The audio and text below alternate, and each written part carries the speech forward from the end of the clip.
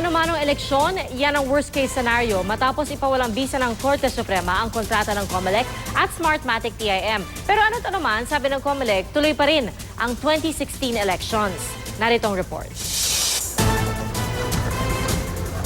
Ang dating mano-manong pagsulat ng pangalan ng iboboto sa balota sa mga nakaraang eleksyon na automated na, sinishade na lang ang katapat na bilog.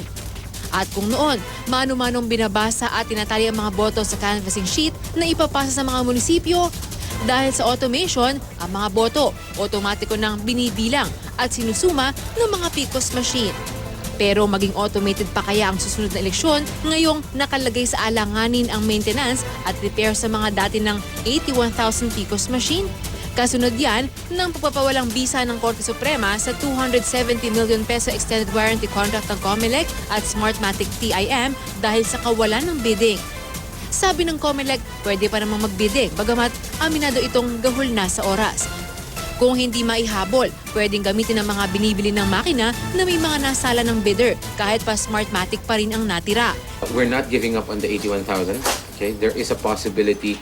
One of the options that we've discussed is, for instance, to bid out the refurbishment. Yun nga lang, 23,000 lang ang mga bagong makina. Kaya imbes na lagyan ng makina ang kada presinto, ilalagay na lang sila sa mga sentro ng botohan. Imbes na Precinct Count Optical Scan o PICOS, tatawagin silang Central Count Optical Scan o CCOS. Ang problema, imbes na maipasok agad at mabilang ang mga boto sa presinto, dadalhin pa ang mga ito kung nasaan ang mga CCOS para sa canvassing at transmission. Hindi kaya mas malaki ang tsansang maagaw ang mga balota. Bagay na laging pinangangambahan noong hindi pa automated ang eleksyon. It will just require a lot more work, a lot more vigilance, and a lot more participation from everyone. But it is doable. Pero paano kung pati pagbili ng mga makina hindi matuloy? Worst case scenario ng COMELEC, mano-manong eleksyon. We don't want it to be manual, certainly, but if it comes to that, then we're ready to do that as well.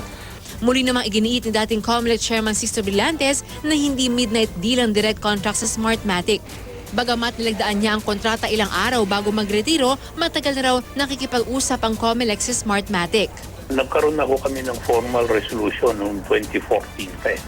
Noong 2014 pa, sinabi na namin magde-direct contracting kami. May kinausap din naman kaming iba. Mukhang mahihirapan yung mga iba. Rida Reyes, GMA News.